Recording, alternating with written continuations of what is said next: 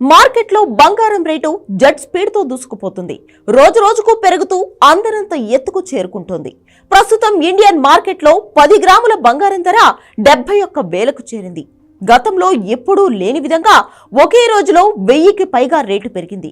ఇక వెండి ధర కూడా భారీగా పెరుగుతోంది.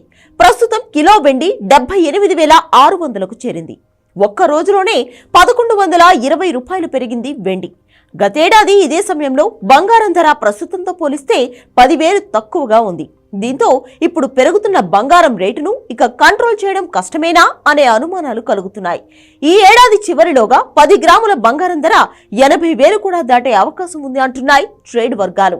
అంతర్జాతీయ మార్కెట్లో కూడా బంగారం రేటు భగ్గుమంటోంది. ఔన్సు బంగారం ధర 0.6% పెరిగి $2,245కు చేరింది. అమెరికాలో ద్రవ్యోల్బణ లెక్కలు అంచనాలకు తగినట్లుగానే ఉన్నాయి. జూన్ నుంచి అమెరికా ఫెడ్ రిజర్వ్ వడ్డీ రేట్లు తగ్గిస్తుందన్న అంచనాలకు ఈ ఇన్ఫ్లేషన్ లెక్కలతో మరింత బలం చేకూరింది. ఇలాంటి సిచ్యుయేషన్లో మరోసారి ట్రంప్ అధ్యక్షుడిగా ఎన్నికైతే ఇక బంగారాన్ని ఫోటోల్లో చూసుకోవాల్సిందే అంటున్నారు నిపుణులు. ట్రంప్ గెలిస్తే వడ్డీ రేట్లు తగ్గించే అవకాశం ఉంది కాబట్టి బంగారం డిమాండ్ అమాంతం పెరుగుతుంది. సాధారణంగా డాలర్ బలంగా ఉండడం, బాండ్ల రాబడి బాగా ఉన్న సమయంలో బంగారం ధరలు కాస్త తగ్గాలి. కానీ ఈసారి మాత్రం ట్రెండ్ మారింది. డాలర్ ఫైన్ గా ఉన్నప్పటికీ బంగారం కూడా షైన్ అవుతోంది. మరోపక్క వడ్డీ రేట్లు పెరిగినా బంగారం ధర తగ్గడం లేదు. 2022లో బంగారం కేవలం 0.13% తగ్గింది. కానీ 2023లో ఏకంగా 13.45% పెరిగింది.